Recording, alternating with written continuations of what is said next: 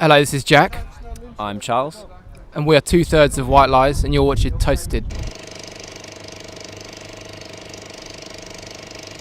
It's been a long time, but welcome to Pinkpop. Thank you for having us back. I think you guys are breaking the record for probably multiple planned, booked band here. This is our fourth time. I'm quite astounded, actually. It's such a big festival. I think it's the one we've done more than any other, I think, in terms of like large scale. Oh, Charles, you've joined. There you go. Hi. Hey, how are you, man? Good. Nice Good. to see you. How's it going? Well, this is really rock and roll. Yeah. I've just been washing my grapes as well because they were filthy. So Nicely done. I'm ready to go. As you were saying before the camera started rolling, last time I saw you guys was at the Hoxton Bar and Grill release party for a TV album, previous album, which was a really good gig, I think. And then I was looking into your history. I saw you did actually a small show in Alkmaar, which is like a tiny place here. So you guys are still doing like the one-offs, the small things. Yeah, we love doing shows like that, to be honest. It's a very different thing. You feel much more kind of involved and connected to the audience. It's everything kind of joins really in that kind of show. And it's especially good, you know, when you contrast it with the bigger shows as well. I think both are. It's a different skill for a band to be able to do both shows. It does feel quite different on stage. And I remember that, you know, we toured in the early stages of our career, only doing small shows, and then we picked up a big arena tour supporting a big band in the UK. And that was quite a shock. Like suddenly you're like 15 meters away from each other on stage, and you're really not used to that. And also to get any kind of sort of, to get your gestures or your intentions over to the audience who are 20 meters away from you, it's a very different thing. And that was quite a shock to us. So I like to think we're good at both now. And I know we all like to alternate for sure. Sure, you guys are. You guys definitely good at both. As we said, fourth time Pinkpop. It is a massive stage, a massive audience, 60,000 people in front of you. Yeah. Is it still exciting to play for so many people? Is it still like maybe chilling even? I think, when it's this big, like when it's one of the really big European festivals, you know, like Pinkpop, Werchter, Glastonbury, Reading and Leeds, those ones can still sort of fill a man with deep rooted fear and insecurity, because that's a lot of people.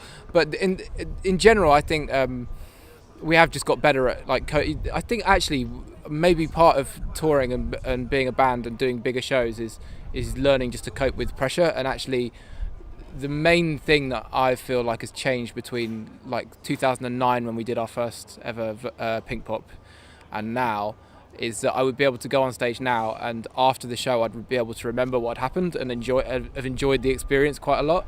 Like back in the early days, you go on stage in front of that many people, and for me certainly I was just like, keep your head down, just get through it, like hope that I don't fuck up. Like it's so intense, and just over the years it's something you just get a little bit more used to dealing with. It's still scary though. And did one of you guys actually ever fuck up in front of a big crowd and did somebody notice? I mean, I remember my worst ever one was I think it was at Reading. I think it was the first time we ever did the main stage at Reading, and Farewell to the Fairground, our song, it starts with like a really obvious big drum beat. And so I did like the first 4 bars, and then just before it's supposed to drop and all the other instruments come in, drumsticks flew out of my hand, and we just had to. Do you remember that? We all had to stop, and I was like, I really don't remember. Do you know? It was one of my. It was actually really funny. Like I timed the mistake so badly or so well actually, that it didn't ruin everything because no one else had come in. We just sort of cracked up on stage and had to do the beginning again. But yeah, I mean. And then what do? You didn't even style it out. I didn't. Well, no. I mean, I noticed at the time. I would have noticed at the time, but yeah, I don't remember it. But I have my most regular fuck ups are that. I play 2 different basses that are tuned differently for different songs, and they also the basses look the same basically.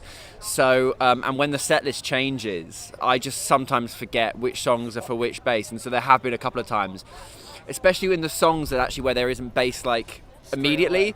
So I'm just like standing there like happily waiting, just kind of like letting all the other music happen, and then I'm just that's the wrong bass. Like shit, have to change it. So Yeah, the one hand I was thinking, because of course you guys have more albums out now, and being a band, I think I'm not in a band, but it would be fantastic to be able to pick and choose of the songs that you have, because you have shitloads of songs now, and you can make like an hour and a half of fantastic music.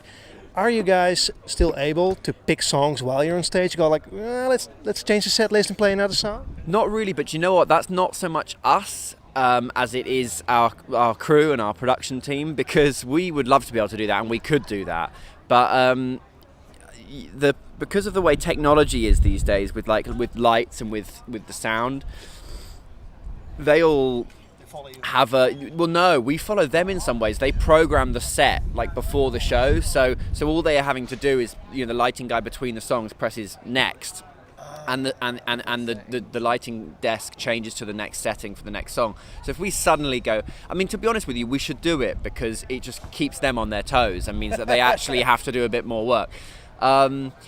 On the flip side of that, bands like Metallica, who famously don't write the set list until 5 minutes before the show. That's pretty badass, and I reckon that their sound engineers, and in fact their whole crew, are kind of like, with guitar changes, and I think that probably bands like that, the guitarists don't even do their own pedals, so they have a guitar tech that really has to know. With Metallica, 60 songs, I would say, that are probably in rotation. Has to know, pedal changes in 60 songs, guitar changes for each song. That's definitely full on. Talking about fuck ups, I mean, I love Metallica. I've seen them plenty of times, even in small clubs back in the 80s. But I mean, they fuck up all the time, and nobody gives a shit, actually, And it's usually Lars. I wasn't about to say that, but you took the words right out of my mouth. I have a funny feeling that the other band members might also agree with me. That I've seen Metallica a few times, and I was, I'm a fan, especially of kind of Master of Puppets and Justice for All, and I actually once they were playing. We were playing Reading and Leeds in the UK. We did Reading, and then we drove to Leeds the next day and had a very early show. And I actually came back the same day from Leeds to Reading, or actually to London, to meet a friend in London, get in his car, and him drive me back to Reading so we could go and watch Metallica. And it was, it was great. It was a really, really good concert. But there were the guy I was with is a kind of part. He was a drummer when he was a kid, and there were quite a few moments where we were watching and we kind of look at each other like, did Lars really just do that? Like, Jesus Christ. But they're a great band. We saw them at, was it Pinkpop? Was it Werchter? It was Werchter. Werchter, I think. Werchter 2 years ago or something. Yeah, they were here as well, yeah. And even though perhaps I don't listen to their music that much as I did, we went and stood right. We got out into like the photo pit or whatever like that. They come on stage, and the opening to Battery starts, and Kirk Hammett's on. There's like a walkway right next to me. And I've got a photo. Kirk Hammett's like here, and I'm just like, I was 28 years old, and I really did have a moment where I was like, if my 14-year-old self could see this right now, like, I would be flipping out. That's one thing that strikes me about Metallica, and I mean, there are only a couple of bands who have that. Is that their first 4 albums, killer, all of them, and the follow-up is always good, better than the previous one. Yeah. You guys, being in a band, you must feel this pressure to make better records again and again, right? Is that true, or do you just live in the moment? You do, but better is such a difficult word, because I think there's a lot of. All I would say is that we absolutely love our first record. We love all our records, but we really love our first album. It's not my personal favourite, but I get why it is a lot of people's favourite. But we're able to look at that record or that part of our career as something that was very much confined to us being 19 years old or whatever, and to try and replicate that, or to try and to do it again or do something similar would just not. It just couldn't happen, because there is certain music, certain albums that you can only make at a certain time of your life, and there's things that I find now, a little bit, especially in writing the lyrics, like listen to some of those songs and it's it's not anything that I would write right now, but I appreciate that was when I was 1 year having finished secondary school, high school. Yeah. and you just have to embrace it for that. It's a little bit like your parents showing you paintings that you did when you were a 10-year-old or something, you're not going to look at it and go, oh wow, I wish I could do that. I would love to do painting like that again now. But you know, there's a charm to it, and you appreciate that at the time. It's a great achievement, and still has an enduring charm to it.